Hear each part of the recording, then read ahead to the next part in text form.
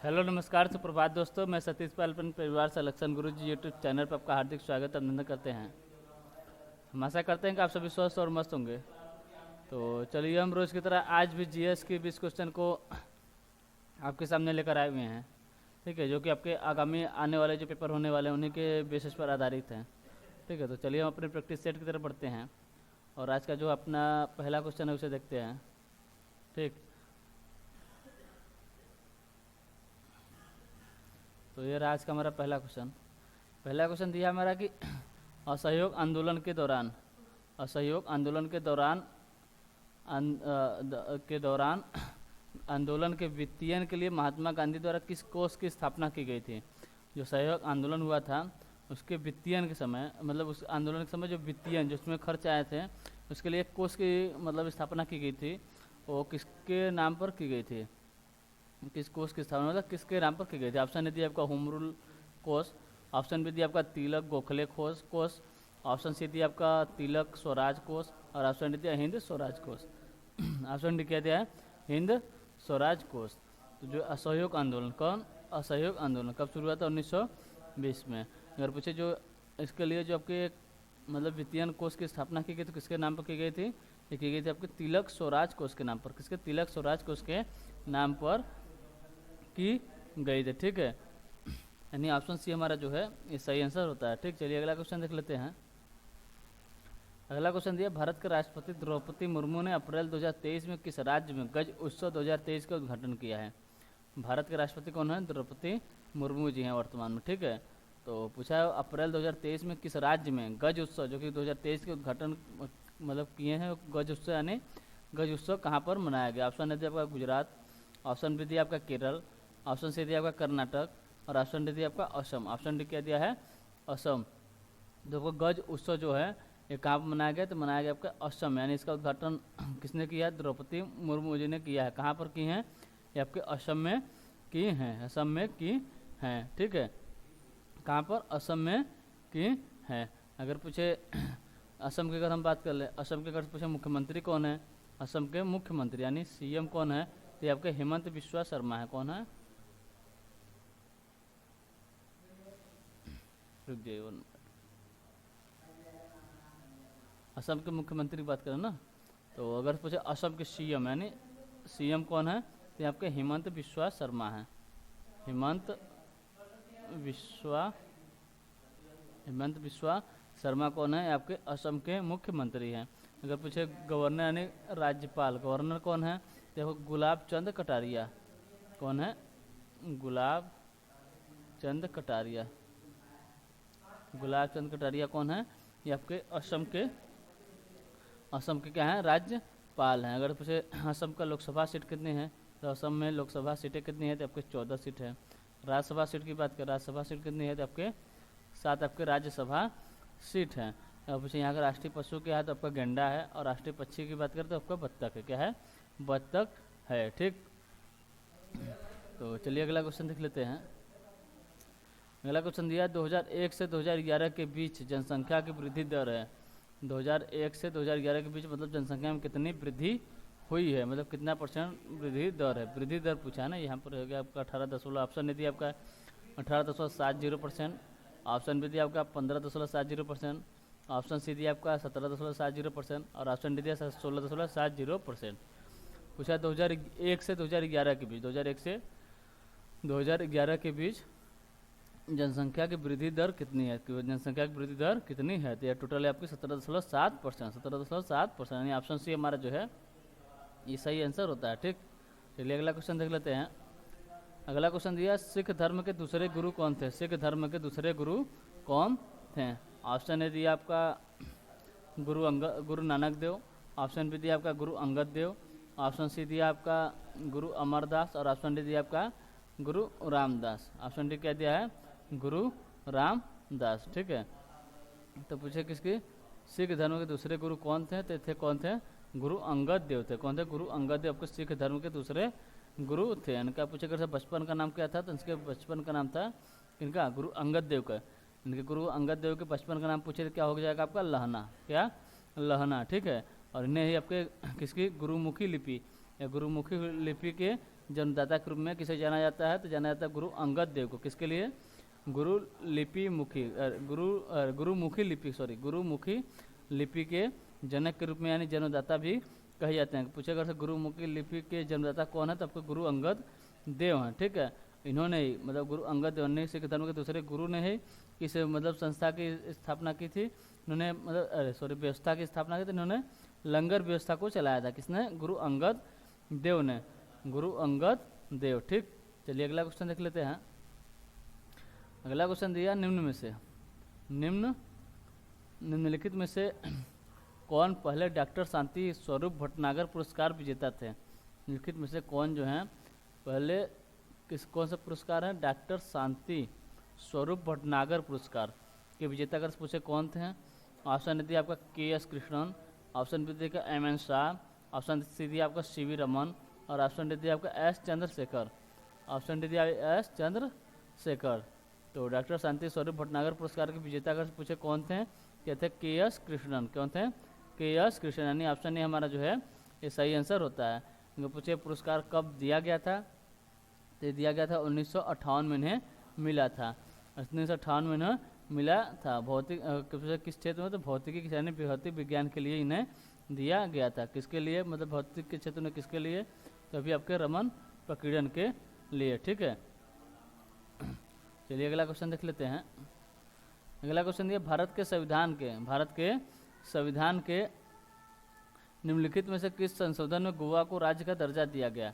भारत के संविधान के निम्नलिखित में से किस संशोधन में गोवा राज्य को दर्जा दिया गया था? ऑप्शन ए दिया आपका 52वां संविधान संशोधन, ऑप्शन बी दिया आपका 56वां संविधान संशोधन, ऑप्शन सी दिया आपका 59वां संविधान संशोधन, ऑप्शन डी दिया 48वां संविधान संशोधन। तो जो आपका गोवा राज्य जो है इसे पूर्ण राज्य का दर्जा मतलब किस संविधान संशोधन के मतलब राज्य का दर्जा कब दिया गया?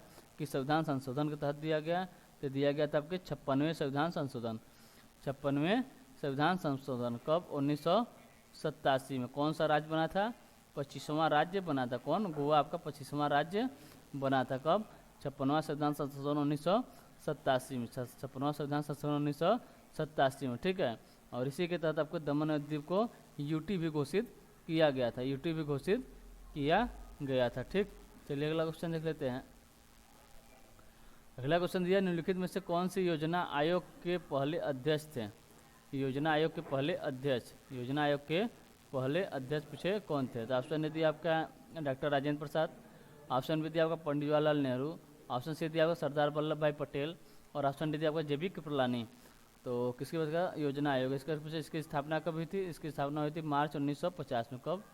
मार्च 1950 में आपकी योजना आयोग की स्थापना की गई थी। और इसके पहले अध्यक्ष पूछे तो जो इसके अध्यक्ष होते थे वो कौन होते थे? तो प्रधानमंत्री होते थे। यानी इसमें जो प्रधानमंत्री रहे होंगे वही इसके अध्यक्ष रहे होंगे। तो उसमें प्रधानमंत्री कौन थे? भारत के पहले प्रधानमंत्री पंडित जवाहरलाल नेहरू थे। ठीक है, इसलिए पंडित जवाहरलाल नेहरू ही योजना आयोग के अध्यक्ष हुए हैं। ठीक, यानी ऑप्शन बी हमारा जो है ये सही आंसर होता है। ऑप्शन बी हमारा जो है ये सही आंसर होता है। ठीक है, चलिए अगला क्वेश्चन देख लेते हैं। अगला क्वेश्चन दिया तांबा और जस्ता के मिश्र धातु को किस रूप में जाना जाता है? तांबा और जस्ता को किस रूप में जाना जाता है? मिश्र धातु किसको किस रूप में जाना जाता है? इसके लिए एक ट्रिक बताया था आपका, क्या? पिताजी। ठीक, इससे क्या हो जाएगा? पी से पीतल हो जाएगा, पी से पीतल हो जाएगा, और ताश हो जाएगा आपका तांबा हो जाएगा, तांबा, और जीस हो जाएगा आपका जिंक है जस्ता, इसे ही जस्ता। ठीक, तो तांबा और जस्ता मिलकर क्या बनते हैं? आपके पीतल बनते हैं। ठीक, यानी ऑप्शन ए हमारा जो है ये सही आंसर होता है। ऑप्शन ए हमारा जो है ये सही आंसर होता है। ठीक है, अगर हम कांसा की बात करें, कांसा की बात करते हैं, किसका मिश्र है? तो आपके तांबा और टिन का, तांबा प्लस टिन, तांबा प्लस यानी कापर प्लस Cu प्लस एन, कापर प्लस टिन के मिलकर क्या बनता है? कांसा बनता है। ठीक है, क्या बनता है? कांसा बनता है। अगर हम निकिल इस्पात की बात करते हैं, लोहा और निकिल से मिलकर बनता है। ठीक, चलिए अगला क्वेश्चन देखते हैं। अगला क्वेश्चन दिया निम्नलिखित में से किसे शास्त्रीय भाषा के रूप में घोषित नहीं किया गया है? घोषित नहीं किया मतलब कौन सा शास्त्रीय भाषा नहीं है? ऑप्शन ए दिया आपका संस्कृत, ऑप्शन बी दिया आपका तेलुगु, ऑप्शन सी दिया आपका मलयालम और ऑप्शन डी दिया आपका हिंदी। ऑप्शन डी क्या दिया? हिंदी। तो किसकी बात कर रहा है? शास्त्रीय भाषा की ना। अगर पूछे टोटल शास्त्रीय भाषा हैं कितने, तो टोटल आपके 6 शास्त्रीय भाषा हैं। सबसे प्राचीन है, सबसे पुराना भाषा शास्त्रीय भाषा कौन सा है? तो आपका तमिल है। कौन सा है? तमिल है। सबसे पुराना शास्त्रीय भाषा कौन सा है? तमिल है। ठीक है। और अगर पूछे 6 कौन कौन से हैं, तो एक हो गया आपका तमिल, एक हो गया तेलुगु, क्या होगा? तेलुगु हो गया। ठीक है। संस्कृत है आपका, संस्कृत है, कन्नड़ है, क्या है? कन्नड़ है, मलयालम है, मलयालम है। ठीक है। कितने हो गए? तमिल, तेलुगु, संस्कृत, कन्नड़, मलयालम। एक है आपका उड़िया। सबसे नवीनतम शास्त्रीय भाषा पूछे तो आपका उड़िया हो जाएगा, और सबसे प्राचीन पूछे तो आपका हो जाएगा तमिल। ठीक। तो पूछा है निम्न में से किस शास्त्रीय भाषा के रूप में घोषित नहीं किया गया, मतलब किस शास्त्रीय भाषा, मतलब कौन सा शास्त्रीय भाषा इन 4 विकल्पों में से नहीं है। संस्कृत की बात करें तो संस्कृत है, तेलुगु है, मलयालम है, लेकिन हिंदी आपका शास्त्रीय भाषा नहीं है। हिंदी जो है आपका शास्त्रीय भाषा नहीं, यानी ऑप्शन डी हमारा जो है ये सही आंसर होता है। ठीक। चलिए अगला क्वेश्चन देख लेते हैं। अगला क्वेश्चन दिया सरयू नदी निम्नलिखित में से किस राज्य में स्थित है? निम्नलिखित में से। ठीक है। यहाँ पर क्वेश्चन गलती हो गया। सरयू नदी निम्नलिखित में से किस राज्य में स्थित है? ऑप्शन ए दिया आपका पश्चिम बंगाल, ऑप्शन बी दिया आपका हिमाचल प्रदेश, ऑप्शन सी दिया आपका उत्तराखंड और ऑप्शन डी दिया आपका छत्तीसगढ़। तो सरयू नदी की अगर हम बात करते हैं किस नदी के किस राज्य में स्थित है? आपके उत्तराखंड में। कहाँ पर? उत्तराखंड में। ऑप्शन सी हमारा जो है ये सही आंसर होता है। ठीक। चलिए अगला क्वेश्चन देख लेते हैं। अगला क्वेश्चन हमारा दिया कि भारत के पहले तैरते प्राथमिक विद्यालय का उद्घाटन कहाँ किया गया? भारत के जो पहले तैरते प्राथमिक विद्यालय का उद्घाटन कहाँ किया गया है? ऑप्शन ए दिया आपका त्रिपुरा, ऑप्शन बी दिया आपका मणिपुर, ऑप्शन सी दिया आपका असम और ऑप्शन डी दिया आपका पश्चिम बंगाल। ऑप्शन डी क्या दिया है? पश्चिम बंगाल। तो भारत के पहले तैरते प्राथमिक विद्यालय का उद्घाटन कहाँ किया गया है? भारत के पहले तैरते प्राथमिक विद्यालय का उद्घाटन पूछे कहाँ किया गया? किया गया आपके मणिपुर में। कहाँ पर? मणिपुर में किया गया है। पूछ ठीक है। अगर पूछे कब किया गया था? किया गया था 13 फरवरी 2017 को इसे किया गया था। कब? 2017 को, 13 फरवरी 2017 को। कहाँ पर? तो मणिपुर के लोकटक झील में। मणिपुर के लोकटक झील में। ठीक है। किसका किया गया? मतलब भारत के पहले प्राथमिक, मतलब तैरते प्राथमिक विद्यालय के जो लोकटक झील एक मात्र तैरता हुआ झील कहा जाता है। ठीक है। प्राथमिक किया गया था कहाँ पर? मणिपुर में। ऑप्शन बी हमारा जो है ये सही आंसर होता है। अगर हम क्या बोल रहे हैं, अगर से प्राथमिक स्कूल जो इसका उद्घाटन तैरते प्राथमिक स्कूल का उद्घाटन किया गया तो इसका नाम क्या है? ठीक है। स्कूल का नाम क्या है? तो स्कूल का नाम भी किसके नाम पे रखा गया है? लोकटक झील के ही नाम पे रखा गया। क्या है? तो यह आपका लोकटक। ठीक है। Loktak floating elementary college. Loktak floating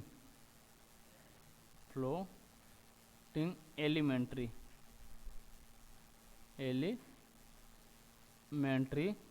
school है, सॉरी एलिमेंट्री स्कूल। ठीक है।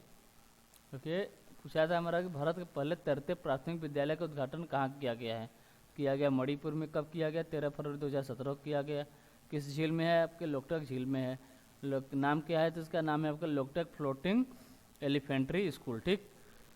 चलिए अगला क्वेश्चन देख लेते हैं।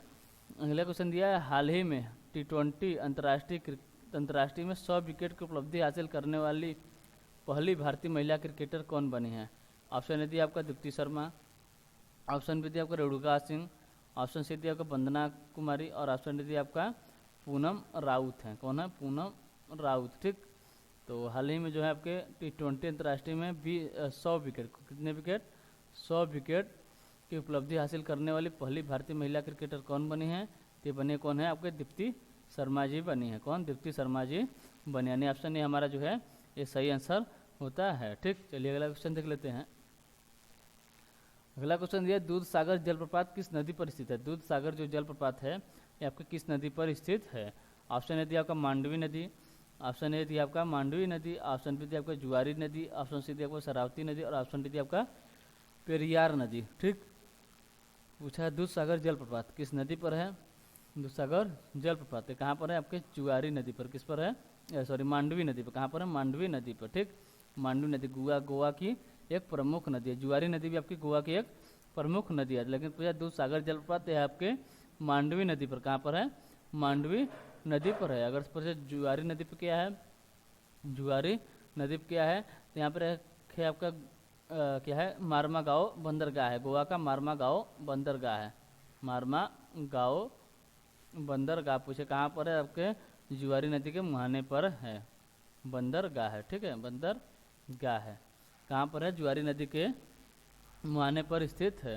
अगर शरावती नदी की बात करें कहाँ पर है, जब शरावती नदी कहाँ मतलब आपके कर्नाटक में है। इसमें इस पर क्या है, शरावती नदी क्या है, ये आपके भारत का सबसे ऊंचा जलप्रपात, भारत का सबसे ऊंचा जलप्रपात। कौन सा जलप्रपात है? जोग जलप्रपात है। कहाँ पर है? आपके कर्नाटक में। किस नदी पर है? शरावती नदी पर। कौन सा? जोग जलप्रपात, जोग जलप्रपात किस नदी पर है? आपके शरावती नदी पर। कहाँ पर? कर्नाटक में। कहाँ पर? कर्नाटक में है। ठीक, अगर हम पेरियार नदी की बात करें, पेरियार नदी की, ठीक है, तो इसे क्या मतलब, अगर पेरियार नदी की बात करें तो इसे क्या कहते हैं, इसे केरल की, कहाँ की? केरल की जीवन रेखा की नदी भी कहते हैं। किसे? पेरियार नदी के, पेरियार नदी को केरल की जीवन रेखा के नाम से जानते हैं। ठीक है, और इसी पे क्या है, आपके दो बांध है। कौन कौन सा है? एक है आपका मुल्ला पेरियार बांध, क्या है? मुल्ला पेरियार बांध, मुल्ला पेरियार बांध। एक है आपका इदुक्की बांध। कौन सा है? इदुक्की, इदुक्की बांध, इदुक्की बांध, मुल्ला पेरियार बांध और इदुक्की बांध कहाँ पर है? आपके पेरियार नदी पर है। ठीक है, चलिए अगला क्वेश्चन देख लेते हैं। अगला क्वेश्चन दिया आपका 103वां संविधान संशोधन किससे संबंधित है? 103वां संविधान संशोधन किससे संबंधित है? ऑप्शन ए दिया आपका आर्थिक आरक्षण से, ऑप्शन बी दिया आपका महिला आरक्षण से, ऑप्शन सी दिया आपका शिक्षा का अधिकार से, और ऑप्शन डी दिया शोषण के विरुद्ध अधिकार से। किसकी बात करें? 103वां संविधान संशोधन, 103वां संविधान संशोधन अगर पूछे किससे संबंधित है? आपके आर्थिक आरक्षण से। आर्थिक आरक्षण का मतलब EWS, EWS से संबंधित है। कौन सा है? 103वां संविधान संशोधन। अगर पूछे इस अधिनियम की बात करें, कौन सा? 103वां संविधान संशोधन के मतलब अधिनियम बात करते हैं 14 जनवरी 2019 को, 14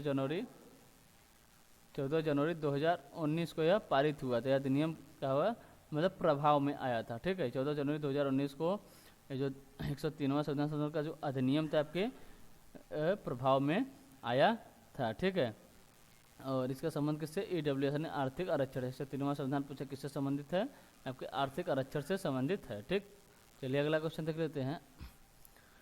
अगला क्वेश्चन दिया Tata iron and steel company की स्थापना किस वर्ष हुई थी? टाटा आयरन और स्टील कंपनी की स्थापना किस वर्ष हुई थी? ऑप्शन ए दिया आपका 1907, ऑप्शन बी दिया आपका 1913, ऑप्शन बी दिया 1932 और ऑप्शन डी दिया 1927 में। ठीक है, पूछे Tata iron and steel company, Tata iron and steel company की स्थापना कब हुई थी? 26 अगस्त 1907, 26 अगस्त 1907। कहाँ पर? जमशेदपुर में। कहाँ पर? जमशेदपुर में, जमशेदपुर में हुई थी। कब? 26 अगस्त 1907, यानी ऑप्शन ए हमारा जो है ये सही आंसर होता है। ठीक, चलिए अगला क्वेश्चन देखते हैं। अगला क्वेश्चन दिया विश्व डाक दिवस कब मनाया जाता है? विश्व डाक दिवस कब मनाया जाता है? ऑप्शन ए दिया आपका 2 अक्टूबर, ऑप्शन बी दिया आपका 5 अक्टूबर, ऑप्शन सी दिया आपका 8 अक्टूबर और ऑप्शन डी दिया आपका 9 अक्टूबर। तो किसकी बात करें? विश्व डाक दिवस, विश्व डाक दिवस, विश्व डाक दिवस कब मनाया जाता है? तो मनाया कब जाता है? मनाया जाता है आपके 9 अक्टूबर को, 9 अक्टूबर, यानी ऑप्शन डी हमारा जो है ये सही आंसर होता है। 2 अक्टूबर की बात करें तो यहाँ आपका अहिंसा दिवस, क्या है? अहिंसा, अहिंसा दिवस कब मनाया जाता है? आपके 2 अक्टूबर को मनाया जाता है। ठीक, 5 अक्टूबर की बात करते हैं आपका राष्ट्रीय डॉल्फिन दिवस, क्या है? राष्ट्रीय डॉल्फिन दिवस कब मनाया जाता है? आपके 5 अक्टूबर को। 8 अक्टूबर की बात करें भारतीय वायु सेना दिवस, क्या है? भारतीय वायु सेना दिवस, वायु सेना दिवस, भारतीय वायु सेना दिवस पूछे कब मनाया जाता है? आपके 8 अक्टूबर को मनाया जाता है। अहिंसा दिवस 2 अक्टूबर को, राष्ट्रीय डॉल्फिन दिवस 5 अक्टूबर को और विश्व डाक दिवस कब मनाया जाता है? आपके 9 अक्टूबर को मनाया जाता है। ठीक है, अगर हम और अक्टूबर की डेट की बात करें, जैसे पूछ ले 11 अक्टूबर कौन सा दिवस मनाया जाता है? तो यहाँ आपका अंतर्राष्ट्रीय बालिका दिवस, अंतर्राष्ट्रीय बालिका दिवस, अंतर्राष्ट्रीय बालिका दिवस कब मनाया जाता है? तो मनाया जाता है आपके 11 अक्टूबर को। ठीक है, अगर ये पूछ ले आपके 15 अक्टूबर कौन सा मनाया जाता है, मनाया जाता है विश्व छात्र दिवस। 15 अक्टूबर को विश्व छात्र दिवस। अगर पूछे 20 अक्टूबर कौन सा दिवस मनाया जाता है, 20 अक्टूबर को तो यहाँ हो जाएगा विश्व सांख्यिकी दिवस। ठीक, चलिए अगला क्वेश्चन देख लेते हैं। अगला क्वेश्चन दिया, निम्नलिखित में से किस अम्ल का उपयोग सोने और चांदी के शुद्धिकरण में किया जाता है।